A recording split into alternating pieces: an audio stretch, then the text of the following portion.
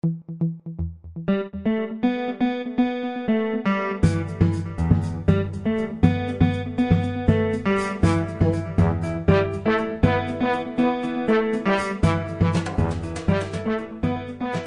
auditrices, chers auditeurs de la radio des Sans-Voix, bonjour et bienvenue à votre émission mensuelle Libre Expression. Sans tarder, voici le sommaire de la revue de presse du mois de juillet 2018.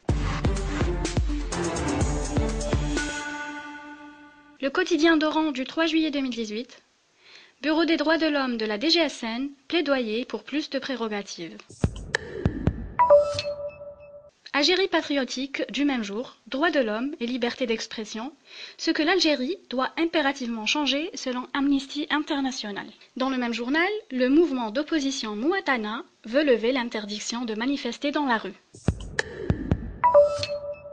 Al-Watan du 4 juillet 2018, affaire du blogueur Merzouk Touati, le Parti socialiste des travailleurs dénonce une justice à deux vitesses.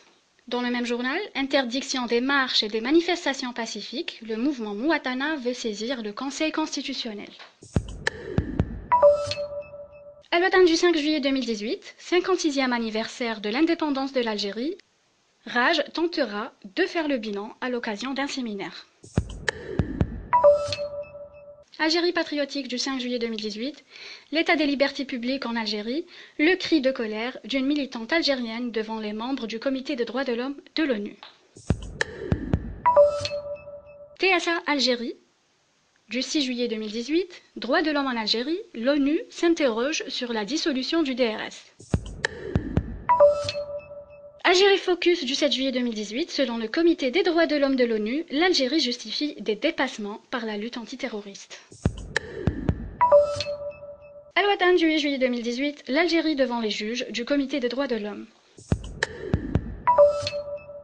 Algérie Focus du 10 juillet 2018, des militantes lancent un appel au procureur de la République, stop aux appels aux crimes contre les femmes sur Internet. Al-Watan du 11 juillet 2018, situation des droits de l'homme en Algérie, les associations attendent les recommandations du Haut Comité de l'ONU. Algérie patriotique du 13 juillet 2018, dangereuse détérioration de l'état de santé du journaliste emprisonné Saïd Chitour. Tout sur l'Algérie du 14 juillet 2018, l'Algérie de nouveau accusée d'avoir abandonné des migrants dans le sud. Al-Watan du 25 juillet 2018, le verdict sera connu le 31 juillet, 2 ans de prison requis contre Salim Yaza. Al-Watan du 27 juillet 2018, l'Algérie appelée à respecter l'indépendance des magistrats. Al-Watan du 28 juillet 2018, recommandation du Comité des droits de l'homme sur l'Algérie, l'instance onusienne exige l'abrogation des lois scélérates. TSA du 28 juillet 2018, discrimination et discours haineux en Algérie, préoccupe l'ONU. Et pour terminer, chers auditeurs, le quotidien d'Oran du même jour, Taïblo, la justice algérienne, est un modèle dans les forums internationaux. C'était les titres de la revue de presse du mois de juillet, chers auditeurs. Nous passons aux détails. C'est moi la voix. Non, c'est moi la voix. Nous sommes la voix. Nous sommes tous la voix des sans-voix.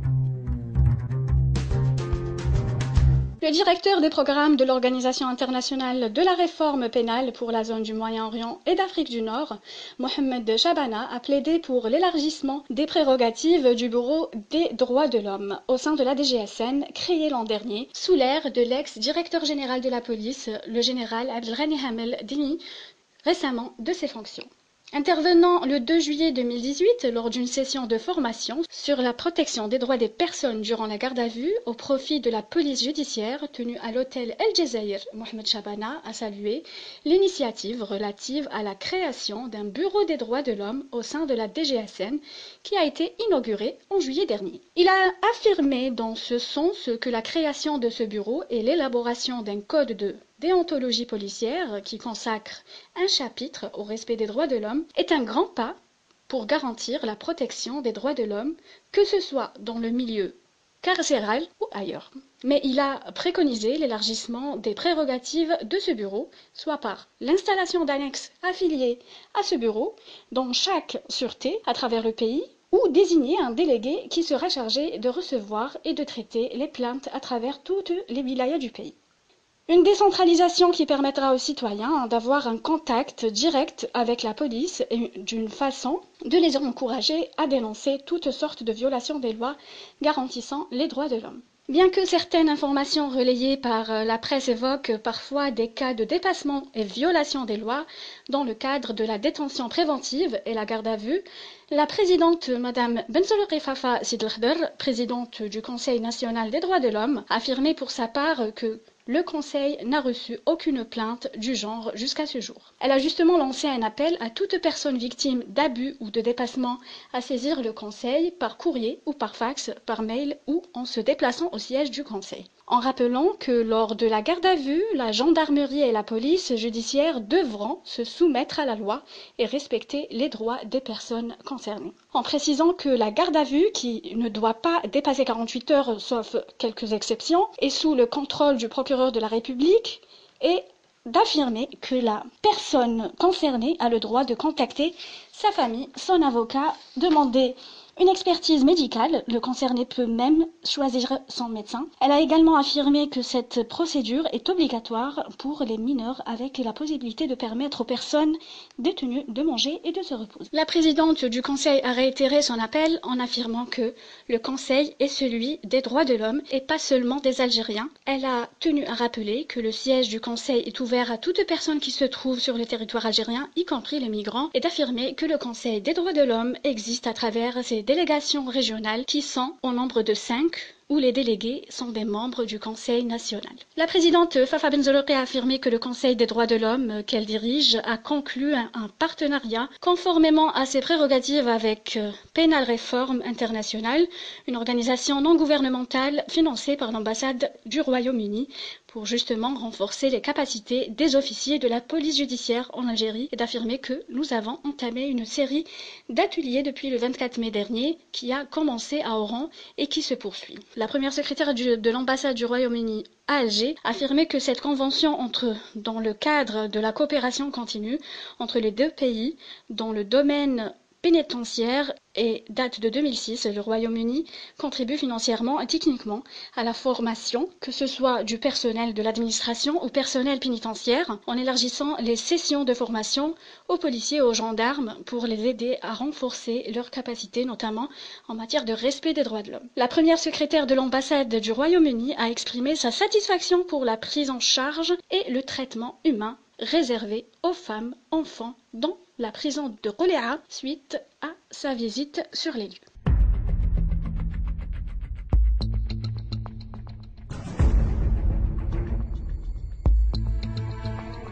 56 ans après l'indépendance, quel horizon démocratique pour l'Algérie? C'est le thème d'un séminaire qui a été organisé à partir du 5 juillet 2018 par l'association Rassemblement Action Jeunesse RAJ. Le rendez-vous a eu à l'occasion du 56e anniversaire et c'était pour faire une sorte de bilan de l'indépendance. Plusieurs panels ont été prévus. Ils ont été animés par des acteurs de divers horizons. Le premier panel a été animé par Mohamed Mabtoul, sociologue et professeur de sociologie à l'université d'Oran 2, chercheur associé au CRAS, qui a présenté à l'occasion son livre intitulé « Algérie, la citoyenneté impossible ». Il y a eu aussi au programme deux autres intervenants. Il s'agit de celle de Bouhlam Amoura, secrétaire général du syndicat SATEF, qui a évoqué le thème du mouvement syndical en Algérie, état des lieux et défis. Pour sa part, Saïd Salhi, vice-président de la Ligue algérienne de défense des droits de l'homme, a fait un focus sur la situation des libertés 56 ans après l'indépendance. L'Algérie est à la croisée des chemins.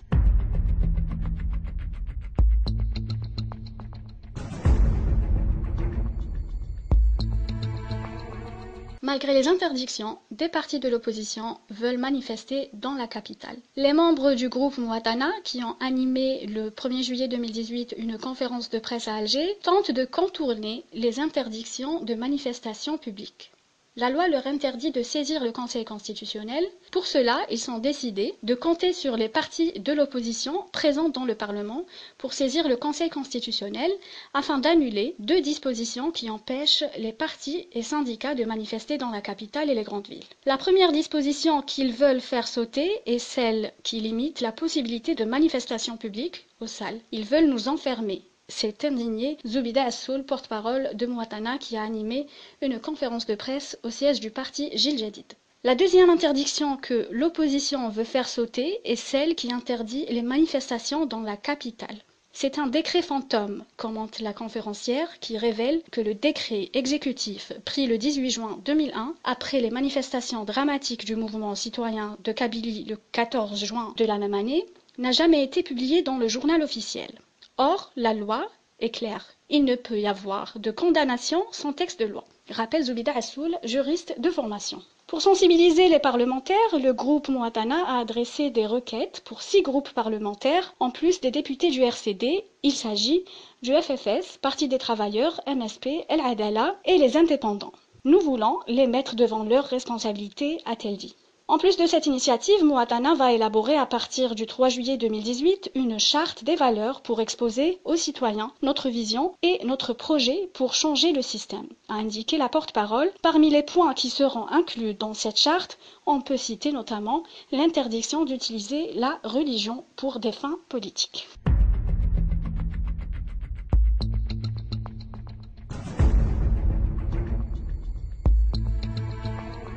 Le Parti socialiste des travailleurs a vivement dénoncé la condamnation à 7 années de prison du blogueur Merzouk Touati, qui a déjà passé 16 mois en détention provisoire. Dans une déclaration transmise à la rédaction d'El Watan, le Parti socialiste des travailleurs a jugé infondée l'accusation d'espionnage.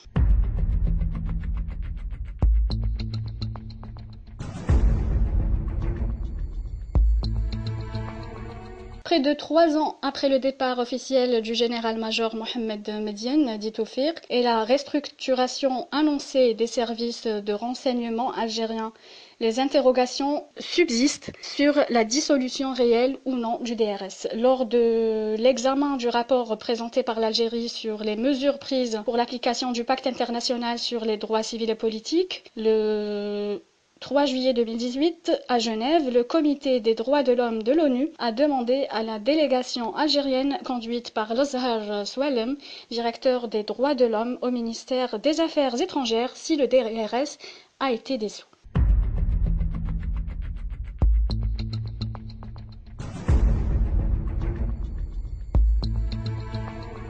Pour le responsable du HCR, le Haut Commissariat aux réfugiés, Hamdi Bakhari, les migrants nigériens ne relèvent pas du ressort de l'organisme onusien qu'il chapeaute à Alger. Dans l'entretien qu'il nous a accordé, il revient sur l'éventuelle révision des procédures de demande d'asile qui, selon lui, devrait inclure les personnes qui fuient les situations de misère extrême.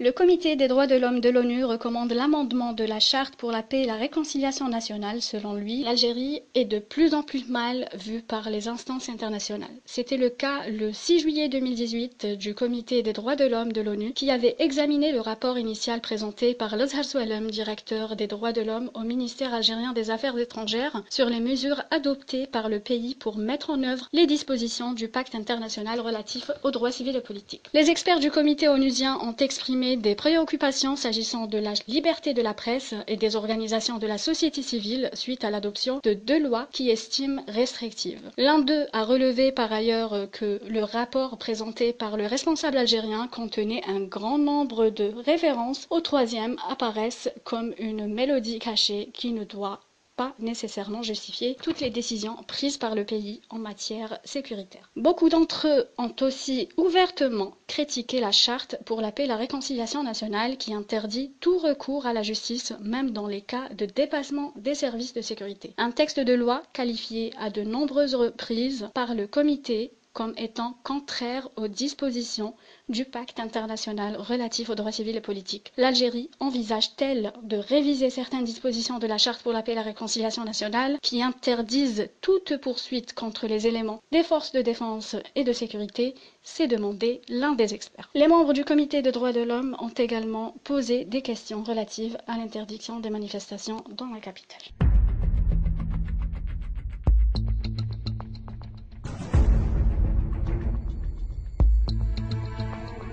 Plusieurs femmes ont signé un texte qui sera adressé en tant que plainte aux différents procureurs de la République du pays pour dire stop aux appels aux crimes contre les femmes algériennes sur Internet. Depuis quelques semaines, et tel que démontré par les différents éléments de preuve jointes à cette correspondance, plusieurs appels et des invitations publiques aux crimes et aux agressions physiques invalidantes sont lancées contre les femmes algériennes sur les réseaux sociaux, notamment sur des comptes privés, des pages et des groupes Facebook à grand accès. Lit-on dans ce texte signé jusque-là par une soixantaine de femmes, dont Sherifa Kedar, Emel Hadjadj et bien Fatima Osdiq. Les signataires rappellent que le jet d'acide sur le corps des femmes, en référence à l'affaire du jeune qui lançait le mois dernier un appel sur Facebook pour jeter de l'acide sur les femmes, a été dénoncé par le ministre de la Justice le 19 juin dernier dans le journal de 20 heures de la télévision algérienne publique qui a informé de l'arrestation d'une personne impliquée dans ce crime. En votre qualité de protecteur de l'ordre public, des libertés individuelles et collectives et des droits de la sécurité et à l'intégrité physique et morale des citoyennes algériennes, nous faisons appel à vous pour prendre toutes les mesures légales nécessaires pour continuer à mettre un terme à l'ensemble de ces crimes afin qu'aucune personne impliquée ne puisse échapper à la justice, lance ces militantes à l'endroit des procureurs.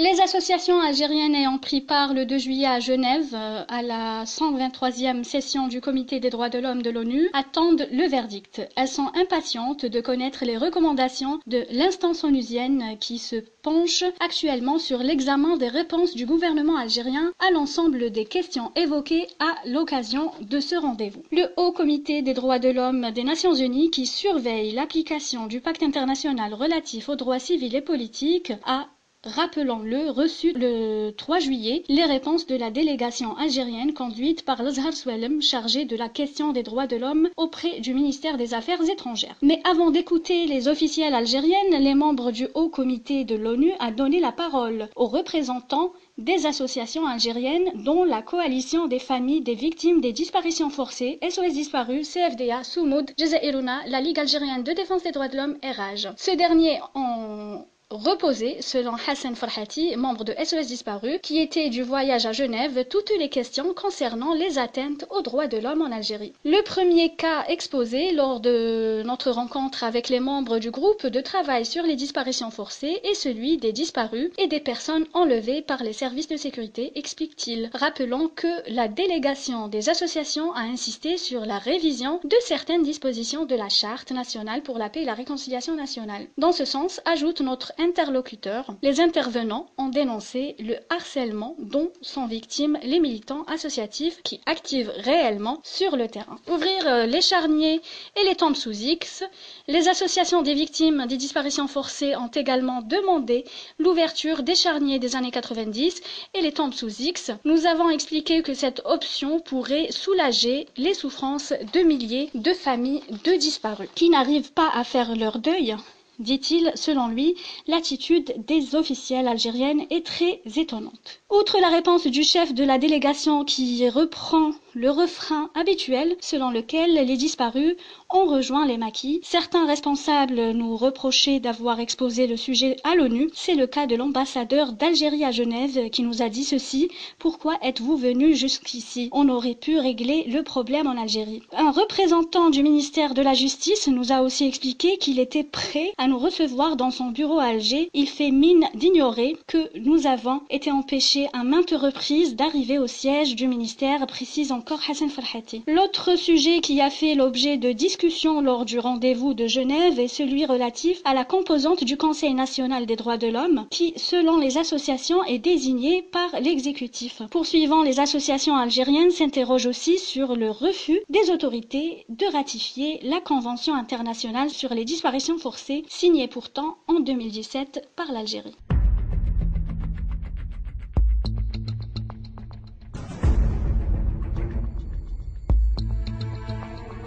Après plus d'une année d'emprisonnement, le journaliste fixeur Saïd Chitour semble être dans une situation sanitaire très délicate. Selon des membres de sa famille, l'homme déjà diabétique risque gros à l'administration pénitentiaire, ne répond aux demandes d'hospitalisation de leurs parents. Selon le frère de Chitour, cité notamment par le site Kasba Tribune, la famille a demandé à rencontrer le directeur de la prison d'El Harraj où croupit Saïd Chitour, mais en vain. La procédure prend habituellement 2 à 3 jours, mais toujours pas de réponse après plus d'une semaine, indique le frère à cette source. Arrêté en juillet de l'année passée, Saïd Chitour, qui travaillait comme fixeur et interprète pour des chaînes anglophones, travaillant en Algérie, est poursuivi pour intelligence avec une puissance étrangère en vertu de l'article 65 du Code pénal, crime possible de la prison à vie. Selon les membres de sa famille, l'homme a déjà une bosse au niveau de la tête et a perdu beaucoup de poids depuis son incarcération, ce qui fait le plus mal à ses proches, notamment à sa mère qui vient d'écrire une lettre au chef de l'État, c'est de ne pas connaître la date du déroulement du procès.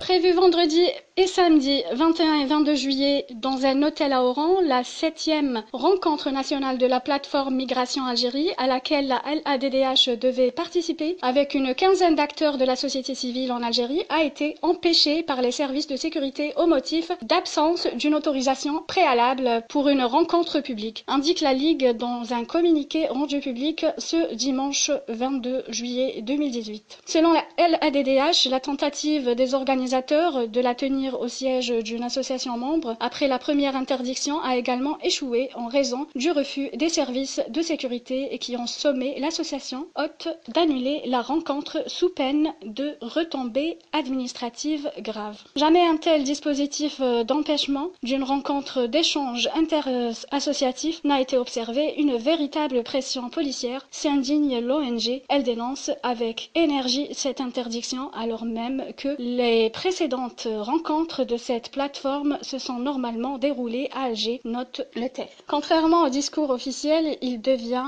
impossible à la société civile en Algérie de participer et collaborer à améliorer les conditions des migrants, conclut le texte Riyad Hamadi.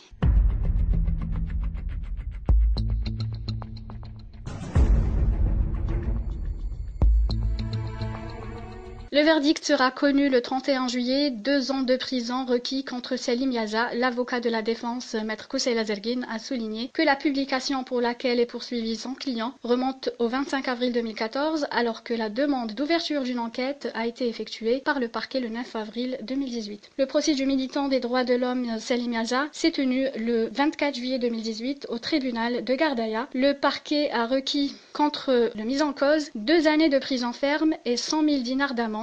Le collectif de défense composé des avocats Zerguine, Kousseila, Abdelrahman Salah, Nourdine Ahmin et Salah Dabouz a plaidé non coupable et demandé la relaxe de Selim Yaza. C'était la revue de presse du mois de juillet 2018. Je vous remercie pour votre attention, chers auditeurs. C'était avec vous Delala Idoun de la radio des Sans Voix. Je vous donne rendez-vous le mois prochain avec l'actualité du mois d'août.